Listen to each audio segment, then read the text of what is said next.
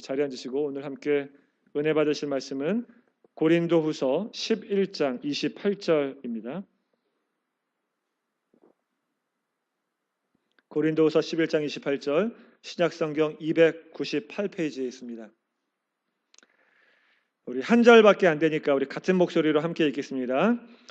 이 외의 일은 고사하고 아직도 날마다 내 속에 눌리는 일이 있으니 곧 모든 교회를 위하여 염려하는 것이라. 아멘. 여러분은 교회를 사랑하십니까? 네. 정말 사랑하십니까? 네. 예수님을 정말로 믿는 사람들에게 나타나는 한 가지 변화가 있다라고 한다면 그것은 교회를 사랑하는 일입니다. 저는 모태신앙으로 자라났습니다. 근데 정말로 인격적으로 예수님을 만났던 것은 대학교 2학년 때 어느 수련회에 참석하고 나서입니다. 그 전부터 믿음은 있었습니다. 그리고 교회도 사랑했습니다. 정말로 예수님을 인격적으로 만나니까 저에게 나타났던 아주 큰 변화가 하나 있었는데 그게 뭐냐 하면 교회를 더 많이 사랑하게 되더라라고 하는 것이에요. 제가 청년 때, 대학 때 얼마나 교회를 사랑했는지 모릅니다. 교회에서 드리는 예배란 예배는 다 참석했어요. 봉사란 봉사는 제가 할 수 있는 대로 다 섬겼던 것 같습니다.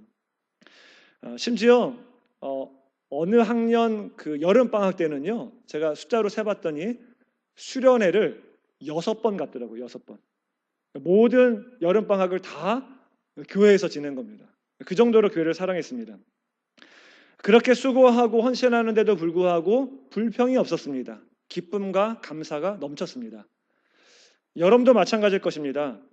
예수님 믿고 나타나는 가장 큰 변화 하나를 꼽으라고 한다면 교회를 사랑하는 일입니다. 그렇죠? 왜냐하면 이 교회는 주님의 몸된 교회이고 예수님이 사랑하시는 교회이기 때문에 그렇습니다. 그래서 예수님을 사랑하면 당연히 교회를 사랑할 수밖에 없습니다. 하게 되어 있어요. 그렇죠? 너무나 당연한 것입니다. 오늘 본문에서도 사도 바울이 얼마나 교회를 사랑했는지 우리가 엿볼 수 있습니다. 오늘 본문에서 이렇게 말합니다. 날마다 내 속에 눌리는 일이 있으니 곧 모든 교회를 위하여 염려하는 것이다 라고 말을 합니다. 오늘 본문의 배경은 고린도 교회에 들어온 여러 거짓 사도들이 있었는데 그 거짓 사도들을 대항하여 변호하면서 지금 이야기를 쓰고 있는 것입니다. 근데 그 내용은 오늘 설교 주제와 맞지 않기 때문에 그는 제가 생략을 하고 대신 사도 바울이 얼마나 교회를 사랑했는지를 알기 위해서 좀 문맥을 좀 살필 텐데 23절 하반절부터 차근차근 오늘 본문까지 한번 살펴보도록 하겠습니다. 23절 하반절입니다. 내가 수고를 넘치도록 하고 옥에 갇히기도 더 많이 하고 매도 수없이 맞고 여러 번 죽을 뻔하였으니.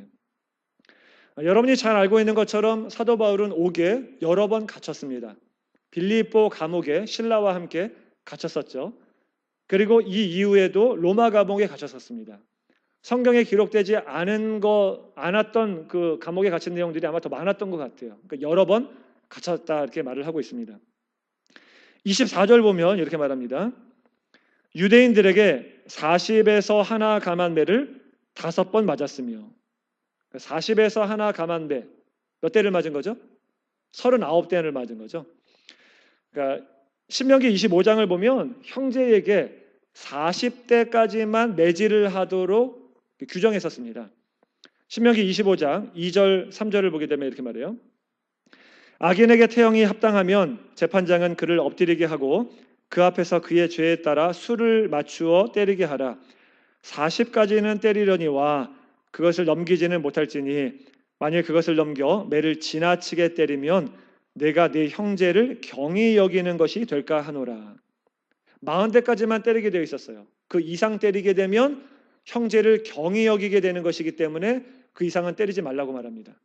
이 말은 사람 취급을 안 하는 거예요. 동물처럼 때리는 것. 그래서 그러니까 죽을 수도 있기 때문에 경히 여겨서는 안 된다는 거예요. 때리더라도 40대까지만 때리라라고 말을 하고 있습니다. 근데 오늘 본문에서는 왜 40에서 하나 감한 매를 때리라고 그럽니까? 왜 39대죠? 이게 당시 그 율법 해설서인 미시나를 보게 되면 거기에 39대까지만 때리라고 그랬는데 왜 그러냐면 40대를 때리다가 잘못 셀 수 있잖아요. 그래서 실수로 41대를 때리게 되면 율법을 어리게 되는 것이기 때문에 그것을 미연에 방지하기 위해서 39대까지만 때리라 이렇게 규정을 하고 있습니다. 만약에 실수로 한 대를 더 때리더라도 40대니까 율법은 어기는 게 아니잖아요. 그래서 40에서 하나 감한매를 때립니다. 근데 그것을 5번 맞았다 이렇게 말합니다.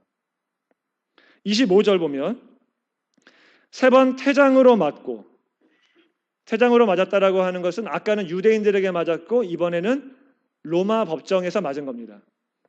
한 번 돌로 맞고, 여러분이 잘 알고 있는 것처럼 루스드라를 갔을 때 유대인들이 막 달려와서 다윗에게 돌을 던져서 죽입니다.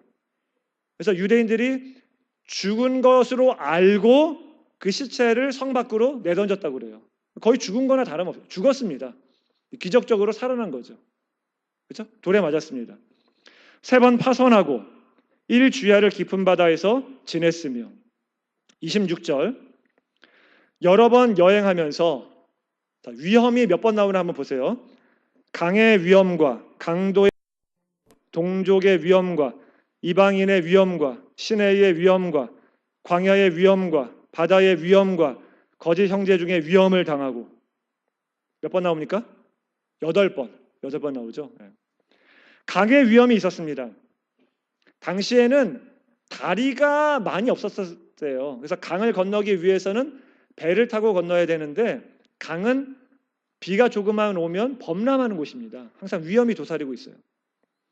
강도의 위험이 있었습니다. 사도행전 13장을 보게 되면 사도 바울이 버가에서 비시디아 안디옥으로 갔다 이런 기록이 있어요. 근데 지도를 펼쳐놓고 지도를 한번 보게 되면 버가에서 비시디아 안디옥으로 건너가기 위해서는 거대한 타우루스라고 하는 산맥이 거기에 가로막고 있습니다. 이게 지금 현재 터키의 남부 지역의 지중해 연안에 있는 동서로 가로지르고 있는 거대한 산맥입니다. 이 산을 넘어야 됐었어요. 근데 고대 기록에 보면 이 산에는 강도들이 많았다고 그래요. 왜냐하면 숨는 곳이 많았기 때문에 강도들이 많았대요. 분명히 성경에 기록은 없지만 사도 바울도 여러 번 강도와 맞닥뜨렸을 것입니다. 강도의 위험이 있었을 것이에요. 그리고 이 산맥을 넘기 위해서는 2개의 커다란 강을 건너야 되는데 이 강은 아까 말씀드렸던 것처럼 조금만 비가 오면 범람하는 강이었어요. 위험이 항상 도사리고 있는 거예요. 그런 수많은 위험들이 있었습니다.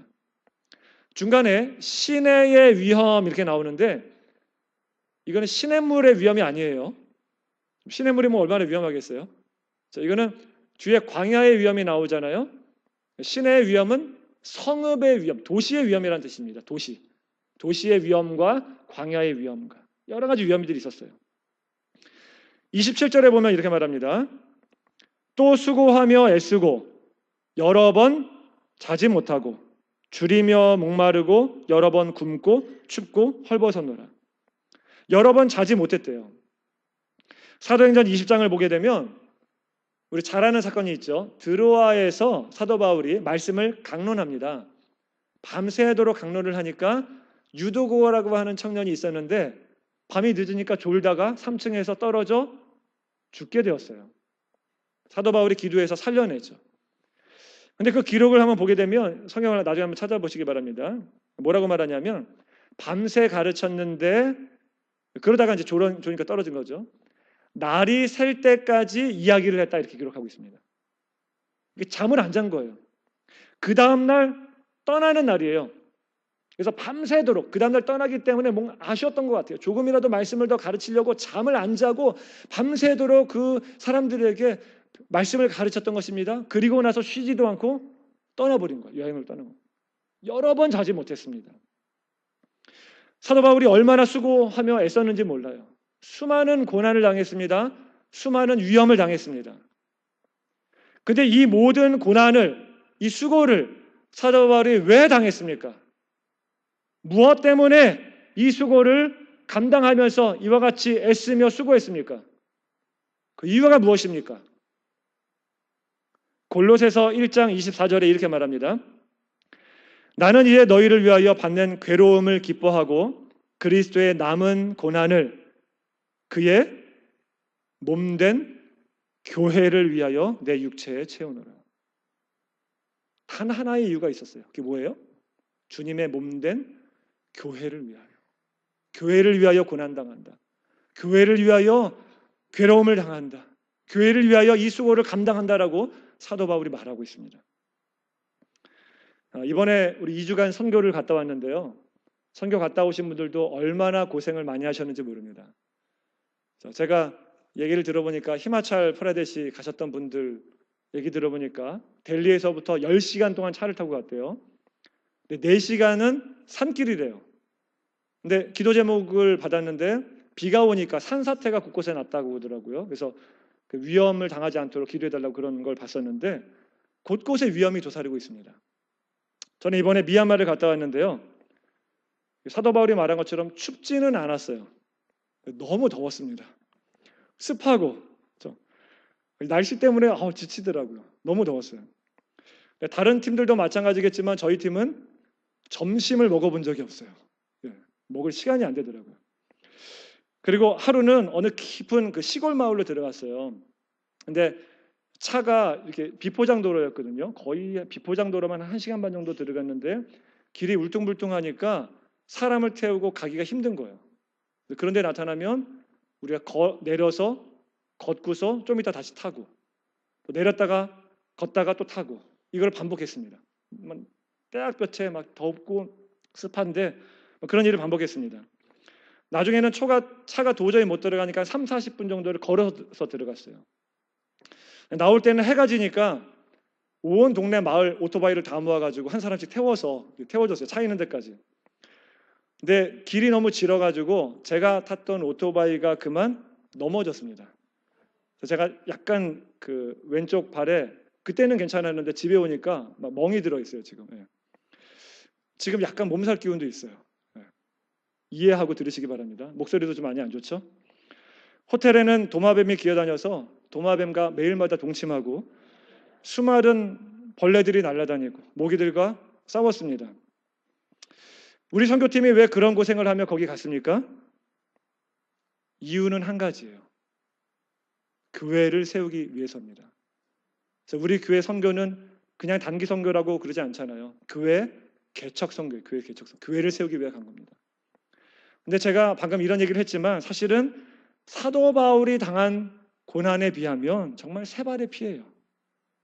말하기조차 창피한 일입니다. 우린 딱 2주 갔다 왔는데 사도 바울은 엄청난 고난을 당했습니다. 엄청난 수고, 애씀이 있었습니다. 위험이 도사리고 있었어요. 근데 이런 고난들을 다 말하고 나서 사도 바울이 오늘 본문에서 이렇게 말합니다. 28절. 이 외의 일은 고사하고. 지금까지 쭉 열거했는데 이건 아무것도 아니라는 겁니다. 이건 아무것도 아니고 아직도 날마다 내 속에 눌리는 일이 있으니 곧 모든 교회를 위하여 염려하는 것이라. 내가 지금까지 열거한 이 고난들 이거 아무것도 아니라는 거예요. 이건 아무것도 아니고 그런데 정말 내 속에 눌리는 일이 있는데 교회들만 생각하면 눈물이 난다는 거예요. 날마다 교회만 생각하면 염려가 된다라고 하는 것입니다. 사도 바울이 얼마나 교회를 사랑하는지 알 수 있는 대목입니다. 여기서 눌리다라고 하는 단어는 헬라어로 에피스타시스라고 하는데요. 이 두 단어의 합성어입니다. 에피라고 하는 단어와 스타시스라고 하는 단어의 합성어인데 이 스타시스라고 하는 단어는 성경에서 되게 어떻게 번역이 되냐면 소요, 밀란 이렇게 번역이 돼요. 소요와 밀란이 일어난다라고 할 때에 그 사람들의 마음이 어때요? 한이 있는 거예요. 원한이 있는 거예요. 참다가 이제 도저히 못 살겠다 그래서 들고 일어나는 겁니다. 소요가 일어나는 거야. 밀란이 일어나는 겁니다. 근데 거기 에피라고 하는 전치사가 붙었는데 그 무엇 위에라고 하는 단어거든요. 의미거든요. 그러니까 의미는 비슷해요. 그런데 단순히 소요 밀란이 아니라 이게 굉장히 깊은 소요와 밀란입니다. 한이 있는 거예요. 마음에 응어리가 있는 겁니다. 막 눌리는 것이에요. 밤마다 생각나는 거 그것만 생각이 나는 거예요. 사도 바울 마음 가운데 날마다 눌리는 거 있었는데 그게 뭐라고요? 교회를 염려하는 마음이라고 그래요. 사도 바울이 얼마나 교회를 사랑했는지 알 수가 있습니다. 이걸 좀 다른 말로 설명을 하면 눌려 있다라고 하는 말은요. 모든 생각이 다시 거기로 돌아가는 거예요. 모든 염려가 다시 거기로 돌아가는 거. 예를 들면 이런 겁니다. 예를 들어서 본인에게 우리 자신에게 우리 아이가 있습니다. 네 아이가 장애를 가지고 있어요. 내 아이가 장애를 가지고 있다고 한다면 여러분 부모 마음이 얼마나 아프겠습니까? 의사가 고칠 수 없어요. 날마다 염려합니다. 아이를 위해서. 이 아이가 제대로 공부나 할 수 있을까? 이 아이가 커서 결혼이나 할 수 있을까? 이 아이가 대학은 잘 갈 수 있을까? 이 아이가 내가 있을 때는 괜찮은데 부모와 떨어지면 밥이라도 제대로 먹고 살아갈 수 있을까? 늘 염려하겠죠. 그렇죠? 근데 부모가 직장 생활을 하다가 직장에 어떤 문제가 생겼습니다. 그래서 그것에 몰두하다가도 이 아이만 보면 다시 염려가 이 아이에게로 돌아오는 거예요. 다른 가족들도 있습니다. 가족들에게 어떤 문제가 있습니다. 그 문제를 생각하다가도 이 아이만 보면 다시 염려가 여기로 돌아오는 거예요. 이게 눌리다라고 하는 의미입니다. 사도 바울도 마찬가지입니다. 여러 가지 고난이 있었어요. 여러 가지 핍박이 있었습니다. 수고하며 애씀이 있었습니다. 그런 것들 생각하다가도 교회만 생각하면 늘 마음이 눌리는 거예요. 날마다 교회만 생각하면 염려가 되는 겁니다. 얼마나 사도 바울이 교회를 사랑했는지 몰라요. 내가 고난받는 건 그게 고통스러운 것이 아니라 주님이 사랑하는 교회들이 제대로 서야 되는데 이 교회만 생각하면 나 마음에 눌림이 있는 거예요. 염려가 되는 겁니다. 눈물을 흘리며 기도하지 않을 수 없는 것입니다. 그게 바로 오늘 본문의 사도 바울의 마음이에요. 여러분도 교회를 사랑하십니까? 이만큼 교회를 사랑하십니까? 별로 대답이 없으시네요. 예. 여러분 그리스도인이라고 한다면요. 당연히 교회를 사랑해야 돼요. 그렇죠? 왜 그래요? 교회는 그리스도의 몸이기 때문이며 또 하나는 예수님께서 교회를 사랑하시기 때문에 그래요. 예수님을 사랑한다 말하고 교회를 사랑하지 않는다. 이거는 말이 안 되는 겁니다. 왜요? 교회가 그리스도의 몸이기 때문에 그래요.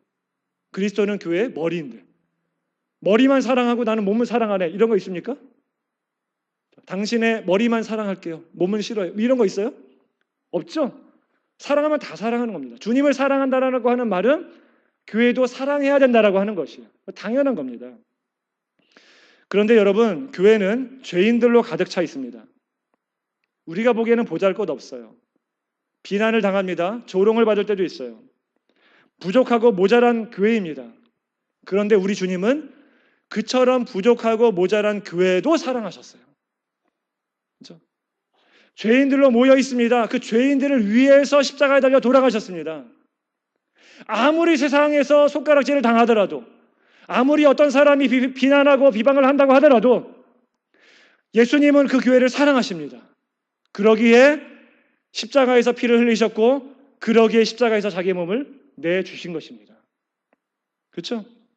그래서 에베소서 5장 25절에서 이렇게 말합니다. 남편들아 아내 사랑하기를, 그 다음이 중요해요. 그리스도께서 교회를 사랑하시고 그 교회를 위하여 자신을 주심같이. 우리 주님께서 교회를 사랑하시고 그 교회를 위하여 자신을 주셨다라고 말합니다. 목숨을 바쳐 교회를 위하여 자신을 주신 것이에요. 우리 주님이 교회를 사랑하기 때문에 우리도 교회를 사랑해야 됩니다. 우리가 잘 알고 있는 에베소서 1장 23절에 보면 교회에 대해서 이렇게 말합니다. 같이 한번 읽어보겠습니다. 자, 시작. 교회는 충만하게 하시는 이의 충만함이니라. 예전에 한번 설교를 한 적이 있었었는데요. 만물을 충만하게 하시는 이의 충만함, 이의 여기 때문에, 이 해석 때문에 크게 두 가지 해석으로 갈립니다. 이 해석이 좀 어려운데 하나는 근데 둘 다 타당해요. 하나는 뭐냐면 이것을 소유격으로 보는 건데 소유격으로 보면 어떤 의미가 되냐면 교회 안에는 만물 안에서 만물을 충만케 하시는 이, 즉 그리스도가 충만한 것이에요.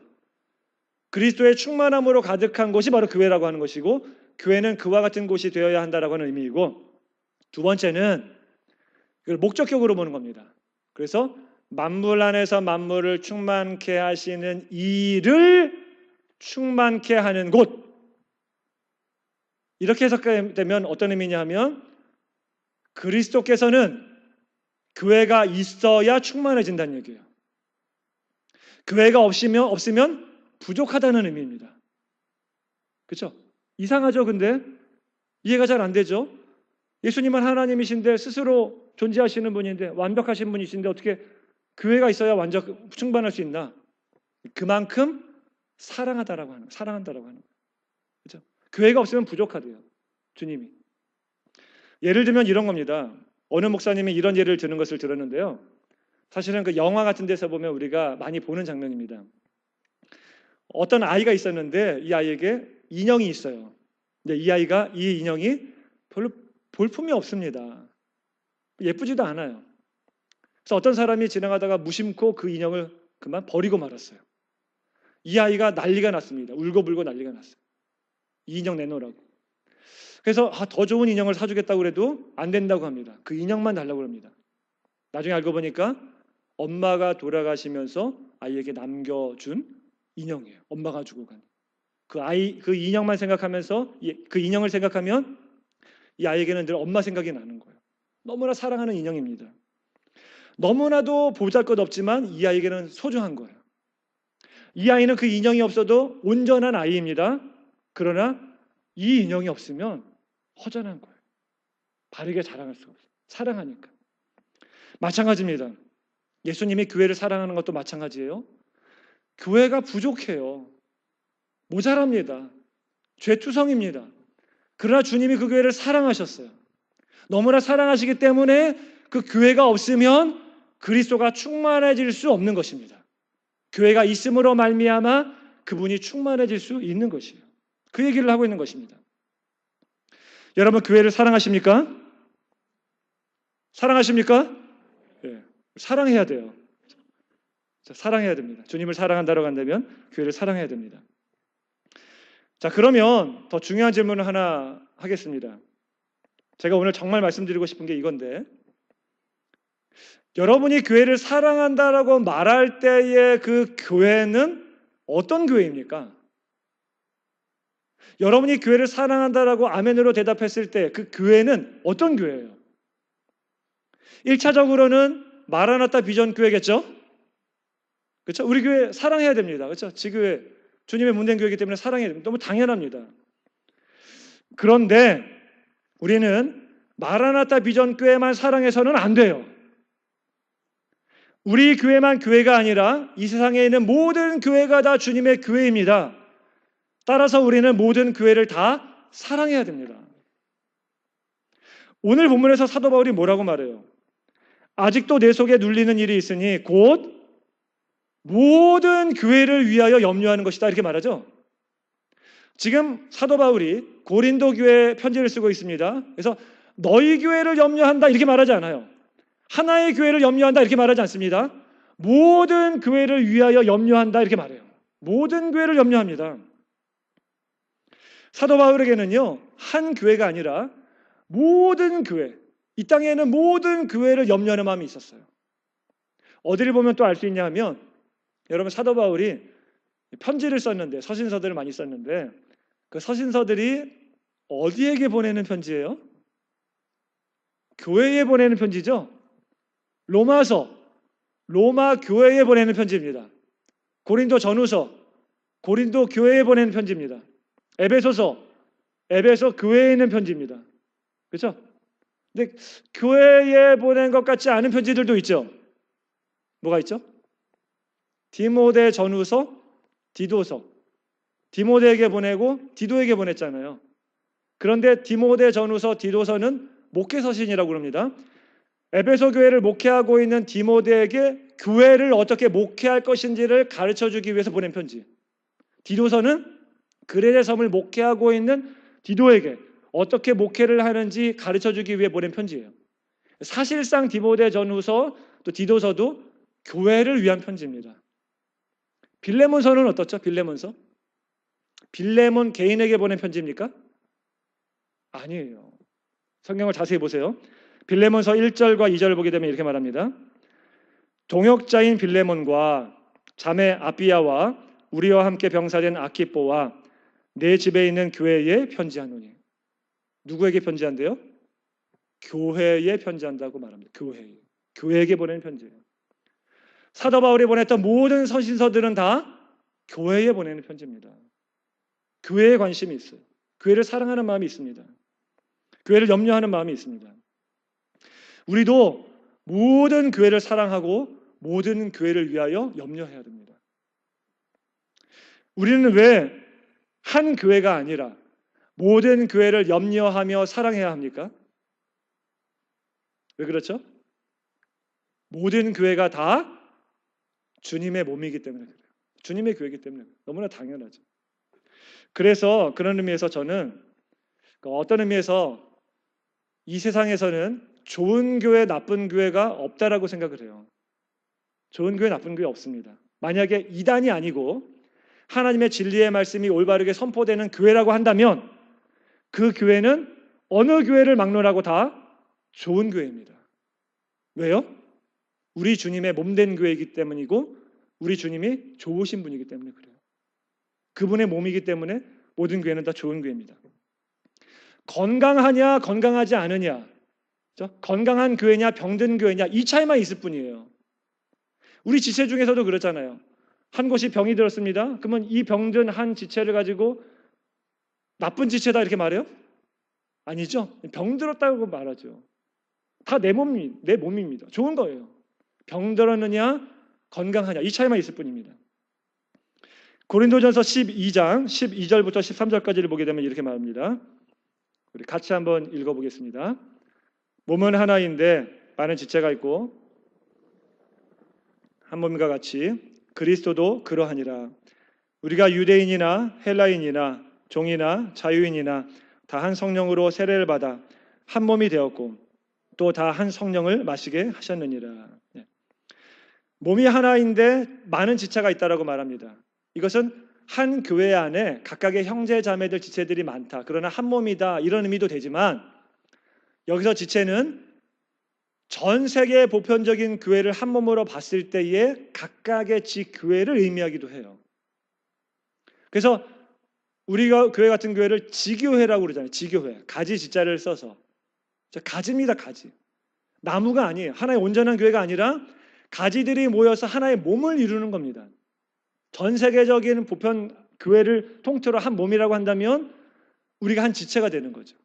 하나입니다. 하나. 모든 교회가. 방금 읽었던 본문에서 이렇게 표현하죠. 한 성령을 마시게 하셨느니라. 우리 13절에 보면 한 성령을 마시게 하셨느니라. 이게 그림으로 보면 이런 거예요. 여기 컵이 있죠. 물이 있습니다. 제가 한 모금 마셨어요. 그렇죠? 자, 그러면 제가 방금 마신 물을 저로부터 분리시킬 수 있습니까? 물론 어떤 분들은 소변으로 분리된다 이렇게 말을 하는 그런 얘기가 아니라, 그렇죠? 먹으면 분리될 수가 없죠. 하나입니다. 그렇죠? 한 성령을 마셨기 때문에 분리할 수가 없는 거예요. 모든 교회들이 하나가 되는 겁니다. 한 몸이 되는 겁니다. 그렇죠? 그래서 성경에서 보면 예수님은 우리의 신랑이고 우리는 그의 신부라고 하는데, 그렇죠? 이 신부라고 하는 말은 어떤 분들은 이게 오해하시는 분들이 있는데 예수님이 신랑이고 우리 각자가 신부라고 생각하시는 분들이 있는데 그렇게 되면 좀 이상하게 되죠. 왜냐하면 예수님 신랑이 한 분이고 신부가 여러 명이 되잖아요. 일부 다쳐가 되잖아요. 그렇죠? 신부라고 하는 말이 요한계시록 21장, 22장에 나오는데 거기에 나와 있는 신부는 교회를 가리키는데 이게 단수로 되어 있어요. 단수. 무슨 말이냐면 교회 전체가 신부인데 따라서 한 몸이라는 거예요. 하나라고 하는 겁니다. 교회는 하나라고 하는 거예요. 우리 교회만 교회가 아니라 이 세상에 있는 모든 교회가 한 몸이라는 겁니다. 주님의 몸이라고 하는 것이에요. 요즘 한국에서는 교회에 대해서 비난하는 사람들이 많습니다. 여러분 잘 아실 거예요. 언론에서 교회를 얼마나 많이 욕을 하는지 모릅니다. 그렇죠? 네. 여기 앉아 계신 분들 중에서도 한국에 있는 그런 교회들 향하여서 손가락질을 하셨던 분이 분명히 있는 줄 압니다. 안타까운 게 뭐냐 하면 같은 교인들이 교회를 비판한다라고 하는 것이에요. 저는 믿는 사람은 그래서는 안 된다라고 생각을 합니다. 왜냐? 예수님이 그 교회도 사랑하시기 때문에 그래요. 예수님이 그 교회를 위해서도 피를 흘리셨기 때문에 그렇습니다. 물론 건전한 비판은 필요해요. 건전한 비판은 필요합니다. 그런데 정말로 교회를 비판하기 위해서는 사도 바울처럼 날마다 내 속에 눌리는 것이 있으니 모든 교회를 위하여 염려하는 것이다. 이 마음을 가지고 정말로 사랑하는 마음으로, 애통하는 마음으로 눈물을 쏟으면서 그 교회를 사랑하는 마음으로 비판할 수 있어야 됩니다. 그게 아니라 무슨 연예인 비난하듯이, 정치인 비난하듯이 교회를 비난한다라고 한다면 그럼 정말 회개하셔야 됩니다. 예를 들면 이렇게 하는 겁니다. 여러분, 우리가 자녀를 책망할 때 자녀를 사랑하는 마음으로 책망하잖아요. 저도 제 아들을 한번 심하게 혼낸 적이 있었었는데 미국이니까 때리지는 못하고 이렇게 손들어 있어. 그래서 몇십 분 동안 이렇게 손들었던 적이 있어요. 너무 힘들죠. 눈물이 막 찔끔찔끔 나죠. 나중에 이제 너무 힘든 거를 알고서 이제 풀어줬는데 이게 너무 힘드니까 내리기조차 힘들어 하더라고요. 그러면서 막 서름에 풀어가지고 막 눈물을 막 엉엉 울면서 막 자기 방에 막 가는 걸 보면서 그 뒷모습을 보면서 제 마음이 막 찢어지더라고요. 제 아들이 고통스러워하는 것을 보고 제가 기뻐했겠습니까? 아니죠. 여러분 다 그 마음 아시잖아요. 막 같이 마음이 아픈 거예요. 차라리 내가 고통을 당했으면, 차라리 내가 맞았으면 좋겠다라고 하는 마음이 부모에게 있는 겁니다. 그 마음으로 교회를 바라보실 수 있어요. 그 마음으로 교회를 비판할 수 있어야 돼요. 비판하려고 한다고 한다면, 그 마음이 아니라고 한다면 감히 비난해서는 안 됩니다. 왜요? 주님이 사랑하는 주님의 몸된 교회이기 때문에 그래요. 그 교회를 비난하는 것은 주님을 비난하는 거예요. 그 교회를 향하여 침 뱉는 것은 주님을 향하여 침을 뱉는 것입니다. 그게 오늘 본문에서 사도 바울이 날마다 내 속에 눌리는 것이 있으니 모든 교회를 염려하는 것이다 라고 하는 그 마음이에요. 그 마음. 그렇죠? 사도 바울도 교회들에게 편지를 쓸 때 잘못된 것들을 꾸짖었죠. 근데 그냥 꾸짖었던 것이 아닙니다. 그 마음속에는 이런 마음이 있었는데 갈라디아서 4장 19절에 보면 이렇게 말합니다. 나의 자녀들아 너희 속에 그리스도의 형상을 이루기까지 다시 너희를 위하여 해산하는 수고를 하노니, 해산하는 수고를 한대요. 한 지체가 고통을 받으면 그 고통이 나에게 그대로 전달이 되는 것입니다. 그 마음을 가지고 그들을 꾸짖는 것이지 그냥 비판하거나 비난하는 것이 아니에요. 그냥 꾸짖는 것이 아닙니다. 여러분, 교회를 함부로 비난해서는 안 돼요. 왜요? 아무리 부족하더라도 예수님이 그 교회를 위하여 십자가에서 피를 흘리셨기 때문에 그래요. 아무리 죄가 많은 교회라고 하더라도 주님이 그 교회를 위하여 죽으셨기 때문에 그렇습니다. 그 교회를 너무나 사랑하는, 주님이 너무나 사랑하는 교회이기 때문에 그렇습니다. 만약에 비난하려고 한다고 한다면 정말로 사랑하는 마음으로, 자녀를 사랑하는 마음으로 할 수 있어야 합니다. 근데 여러분, 오늘날 세상 사람들이 교회를 비난한다고 하더라도 사실은 오늘날 교회만한 곳이 없어요. 교회만한 곳이 없습니다. 아무리 비난을 많이 받는다고 하더라도요, 여러분, 그 한국에서 운영되고 있는 고아원의 70% 이상은 거의 교회가 운영하는 겁니다. 10여 년 전에 태안반도 기름 유출 사고가 있었었죠. 그렇죠? 한국에서. 그때 전 세계에서 유례를 찾아볼 수 없을 만큼 단시간 안에 이게 복구가 되었어요. 그때 정말로 많은 국민들이 자원봉사에서 다 일일이 다 수작업으로 이렇게 복구를 시킨 거거든요.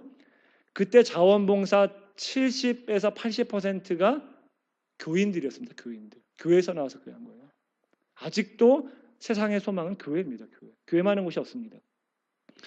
예수님은 교회를 통하여서 이 땅에 하나님 나라를 이루기를 원하셨습니다. 교회에 엄청난 특권을 주셨어요. 어떤 분이 이런 말씀을 하시는 것을 들었는데 설명을 좀 드리겠습니다. 여러분, 예수님께서, 예수님 당시에 정치적으로 문제가 많았죠. 그 당시가 로마 압제하에 있었습니다. 근데 예수님께서는 단 한 번도 정치적인 문제를 직접적으로 관여하셨던 적이 없었습니다. 정치적인 문제에. 경제 문제가 있었습니다. 지배계급과 피지배계급, 그렇죠? 노동자 계급 사이에 불균형이 있었어요. 근데 그러한 불균형을 해소하기 위해서 경제 문제에 단 한 번도 직접적으로 관여하셨던 적이 없었습니다. 예수님 당시에 노예제도가 있었죠. 근데 단 한 번도 예수님께서 노예제도는 부당하다라고 말씀하시면서 노예제도에 직접적으로 관여하셨던 적이 없었습니다. 그렇죠? 그러면 정말로 예수님께서 정치, 경제, 노예제도에 대해서 전혀 관여를 안 하셨는가? 아니에요. 그렇지 않습니다. 표면적으로는 예수님께서 전혀 그런 것에 관여하지 않은 것처럼 보이지만 예수님은 다른 방법을 사용하셨는데 그게 뭐예요?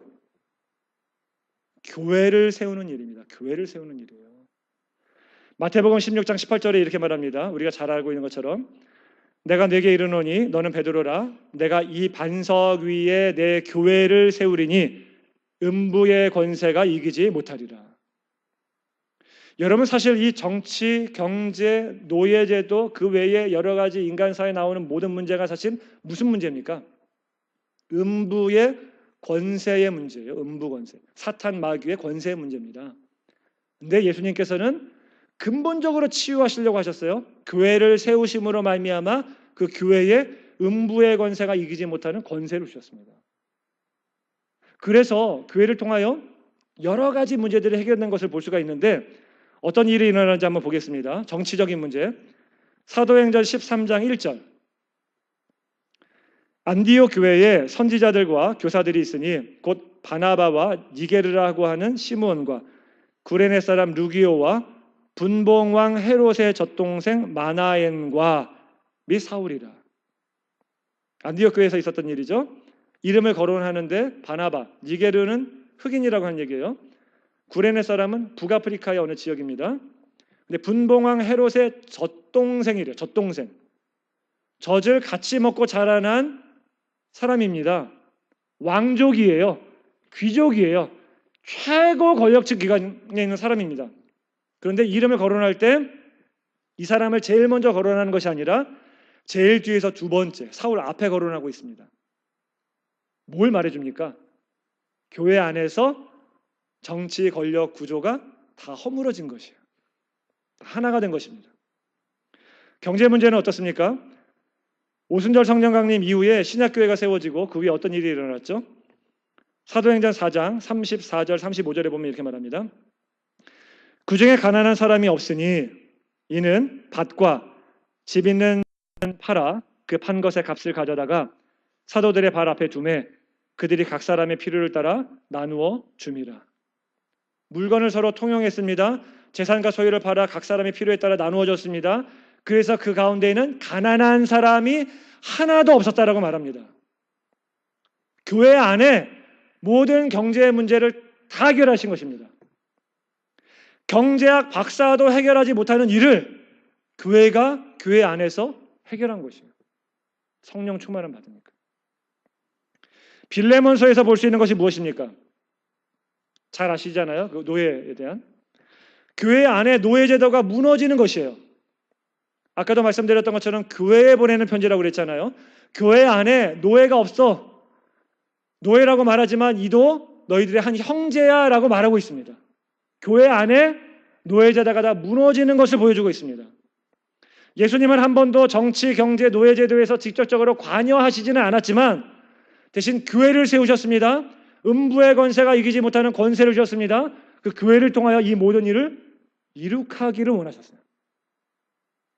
그런데 그 교회들이 역할을 제대로 감당하지 못하니까 사도 바울이 그 교회들을 염려하고 있는 것이에요. 염려하고. 교회가 제대로만 쓴다고 한다면 세상에 소망이 될 수밖에 없습니다. 유일한 소망이에요. 교회는. 어디서 우리가 소망을 찾을 수 있겠습니까? 사도 바울이 교회를 염려할 때 그 염려는 어떤 염려입니까? 그 염려는 어떤 염려예요? 교회 건물이 없기 때문에 건물이 세워지기를 위한 염려였습니까? 아니에요. 수적으로 많아지기를 위한 염려였습니까? 아닙니다. 그게 아니에요. 서두에도 말씀드린 것처럼 고린도 전후서는 고린도 교회에 들어온 거짓 사도들을 대항하기 위해서 쓴 거예요. 자신을 변호하며 쓰고 있는데 그런데 그들을 너무나 잘 받아들이는 거예요. 고린도 교회가. 그걸 막기 위해서 쓰고 있는 것이에요. 사도 바울의 마음이 뭐냐 하면 하나님이 알려주신 말씀 그대로 선포돼야 되고 그 말씀대로 순종해야 된다라고 하는 것이에요. 그와 같은 교회로 세워져야 된다라고 하는 것입니다. 가감 없이 다른 복음 말고 순수한 피 묻은 예수 그리스도의 십자가의 복음만 외쳐져야 되고 그 외쳐진 복음대로 순종하며 살아야 되는 교회가 되어야 된다라고 하는 것이에요. 그 염려가 있는 것입니다. 여러분 교회를 사랑하십니까? 점점 줄어들죠. 교회를 사랑하십니까? 모든 교회를 염려하는 마음이 있으세요? 우리 교회만이 아니라 이 땅에 있는 모든 교회를 염려하는 마음이 모든 성도들에게 다 있어야 돼요. 우리 교회만이 아니라. 저는 가끔 이런 이야기를 듣습니다. 저희 교회 새로 오신 분들, 새가족분들 이야기를 들어보면 이 지역으로 이사 오시면서 이제 교회를 정하잖아요. 교회를 정하기 위해서 이 교회 저 교회 한번 탐방을 하잖아요. 이 교회 갔다 저 교회 갔다만 해보고 최종적으로 저희 교회를 선택하셔서 오신 분들 얘기를 들어보면 하나같이 무슨 얘기를 하시냐면 이 주변에 마라나타 비전 교회 같은 교회가 없다는 거예요. 이만한 교회가 없다는 거예요. 그리고 간혹 어떤 이유에서인지 저희 교회를 떠나시는 분들 있죠. 떠났다가 다시 오신 분들이 있어요. 저희 교회. 그런 분들 얘기를 들어보면 100% 하는 얘기가 뭐냐 하면 우리 교회 같은 교회가 없더라 이런 얘기를 해요. 여기 있을 때는 몰랐는데 떠나보니 알겠더라. 마라나타 비전 교회 너무 좋은 교회더라 이런 얘기를 하더라고요. 그 이야기를 들으면서 저는 두 마음이 생겼습니다. 하나는 하나님 우리 교회같이 좋은 교회를 주셔서 너무나 감사합니다. 감사한 마음이고 또 하나는 너무나 안타까운 마음이 들었어요. 왜냐하면 이 땅에 이렇게 교회가 없단 말인가? 말씀을 그대로 선포하는 그런 교회가 없단 말인가? 여러분 조금만 눈을 돌려 이웃에 있는 교회들을 보시기 바랍니다. 말씀이 말씀대로 선포되는 교회가 많지 않아요. 순수한 복음이 외쳐지는 교회가 많지 않습니다. 강단에서 교인들 눈치 보느라 얼마나 축복만 외치는지 모릅니다. 지역에 있는 교회들마다 문제 없는 교회가 없어요. 지역에 있는 큰 교회 얼마 전에 쪼개지고 제가 알고 있는 산호세에 제 친분이 있는 교회 그 목사님이 계시는데 그 교회 얼마 전에 이렇게 쪼개졌다고 그러더라고요. 얼마나 마음이 아픈지 모릅니다. 어떤 분이 만약에 이 지역에 있는 이 베이 지역 전체를 통틀어서 교회 좀 소개 좀 해주십시오라고 말한다고 한다면 우리 교회 제외하고 소개해 줄 만한 교회가 한두 손가락 이렇게 꼽을까 말까예요. 건강한 교회가 없습니다. 한편에서는 우리 교회가 있어서 감사한 일이지만 한편에서는 얼마나 안타까운 일이고 슬픈 일인지 모릅니다. 모든 교회가 다 주님의 교회인데 우리 주님께서 사랑하는 교회인데 모든 교회마다 주님의 임재가 경험되어야 되고 모든 교회들마다 부흥이 임해야 되는데 그런 교회를 찾기가 쉽지 않아요. 얼마나 안타까운 일인지 모릅니다. 우리가 해야 될 일이 무엇입니까? 우리 교회만 부흥해서 되겠습니까? 아니에요. 모든 교회를 염려하며 안타까워하는 마음으로 기도해야 됩니다. 여러분 선교 갔다 오신 분들은 아시겠지만 우리 선교훈련 받을 때 선교학교 말고 선교훈련 받을 때 첫 강의 시간에 배우는 게 있어요. 그게 뭐냐면 하나님의 비전에 대해서 배우죠. 하나님의 비전이 뭐예요? 물이 바다를 덮음 같이 여호와의 영광을 인정하는 것이 온 세상에 가득합니다. 그래서 커버리지 비전이래요. 커버리지. 복음으로 온 세상을 커버한다. 그래서 커버리지 비전. 모든 나라와 족속과 백성과 방언 가운데서 허다한 사람들이 나와서 하나님을 예배하는 것. 그게 최종적인 하나님의 비전이잖아요. 그 비전을 이루기 위해서 우리가 가서 복음을 전하고 교회를 개척하는 것입니다. 그런데 여러분, 온 땅에 교회가 세워지도록 온 땅이 복음으로 뒤덮이도록 해야 되는데 우리 교회만 한다고 그 일이 이루어질 수 있습니까? 절대 아니에요. 절대 안. 그렇죠? 불가능합니다. 물론 다른 여러 교회들이 협력하고 있습니다. 한국에 있는 3.1교회도 최근에 저희와 이렇게 조인되어 가지고 이제 하기로 했어요. 근데 그것으로도 부족합니다. 우리 교회 같은 교회가 더 많아져야 합니다. 구령에 대한 열정이 있는 교회들이 더 많아져야 돼요. 날마다 무릎 꿇고 기도하는 교회가 더 많아져야 됩니다. 복음을 외치며 선교하는 교회가 더 많아져야 됩니다. 여러분 하나님이 우리 교회만 성장한다라고 하면 기뻐하실까요? 우리 교회만 부흥한다고 한다면 기뻐하실까요? 물론 이런 교회만 있는 것도 감사하죠. 정말 주님이 원하시는 건 뭐냐 하면 같이 부흥하는 거예요. 같이 부흥하는 거예요. 그렇죠? 다 같이. 우리 교회는 지난 2주간 인도, 네팔, 미얀마, 터키에서 선교 사역을 마치고 돌아왔습니다. 2주간 선교 사역을 마친 이 시점에서 우리가 해야 되는 일 하나가 있다고 한다면 전 이것이라고 말씀드리고 싶어요. 그게 뭐냐면 우리가 씨앗을 뿌린 그 교회들을 모든 성도들이 염려하는 마음으로 날마다 기도하는 일입니다. 이것으로 선교 사역이 끝난 것이 아니라 이제부터 시작입니다. 교회들이 세워졌는데 날마다 우리들 가운데 눌리는 마음이 있어야 돼요. 하나님, 인도에 있는 교회, 네팔에 있는 교회, 미얀마에 있는 교회, 터키에 있는 교회, 이 교회들만 생각하면 우리들 마음 가운데 눌리는 마음이 있어야 됩니다. 염려하는 마음으로 날마다 안타까워하며 이 교회들이 바르게 설 수 있기를 위해서 간구하며 기도하셔야 합니다. 우리의 책임이에요. 여러분, 그 교회들은요, 우리보다 얼마나 연약한지 몰라요. 갔다 오신 분들은 다 아시잖아요. 이제 막 세워진 교회들입니다. 건물이 없어요. 쓰러져가는 헛간에서 예배를 드립니다. 때로는 힌두 과격분자들이 들이닥쳐서 도망다니며 예배를 드려야 될 때도 있습니다. 예수 믿었으니 성경을 읽으십시오 말하고 왔어요. 근데 그들이 읽을 수 있는 성경책이 없어요. 공급이 안 되는 거예요. 읽고 싶지만 성경책이 없는 사람들이 얼마나 많은지 모릅니다. 태반입니다. 그런데 그렇게 연약한 교회이지만 우리 주님이 사랑하는 교회예요. 그 교회를 위해서 십자가에 달려 죽으셨습니다. 피를 흘리셨습니다.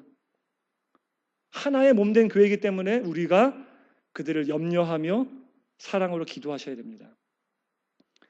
제가 그 미얀마 갔다 왔는데 우리 미얀마 팀이 아침마다 1시간씩 우리 큐티 나눔을 했습니다. 그러면서 기도 모임을 했는데 지난 주간이 추수감사주일이었잖아요.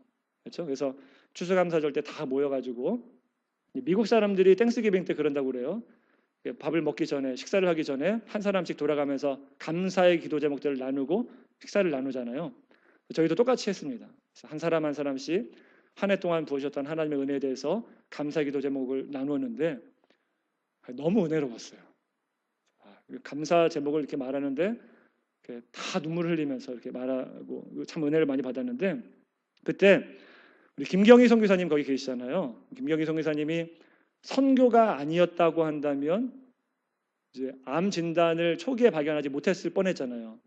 선교 가시는 바람에 한번 검진해보자 했는데 초기에 발견돼가지고 마침 완전히 다 치유받고 이제 갔는데 그 딸인 샤론이 눈물을 흘리면서 감사의 제목을 이렇게 말했습니다.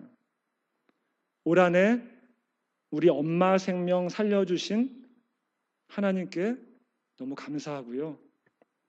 또 하나 감사한 것은 우리가 멀리 떨어져 있지만 우리를 위해 잊지 않고 매일마다 기도해주는 교회가 있어서 너무나 감사합니다. 그 얘기 듣는데 눈물이 나더라고요. 팀원들 아마 다 눈물을 흘렸을 것 같은데 여러분, 우리에게 나를 위해 기도해주는 교회가 있다고 하는 것이 얼마나 감사한 일입니까? 참 감사한 일이에요. 그렇죠? 그런 교회를 우리는 사랑해야 합니다. 그렇죠? 마라나타 비전 교회 사랑하셔야 돼요. 거기서 그쳐서는 안 됩니다. 주님의 몸된 모든 교회를 사랑하셔야 합니다. 우리 교회만 교회가 아니에요. 모든 교회가 다 주님의 몸된 교회입니다. 주님의 말씀이 바르게 전해지는 참된 교회가 다 되어야 합니다. 이제 막 세워진 인도, 네팔, 미얀마, 터키에 있는 교회들이 건강하게 자랄 수 있도록 우리가 기도로 협력해야 합니다. 오늘 이 말씀 잘 기억하시고 우리 교회만이 아니라 모든 교회를 사랑하시고 또 모든 교회를 위해서 날마다 기도하실 수 있는 저와 여러분 되시기를 간절히 축원합니다.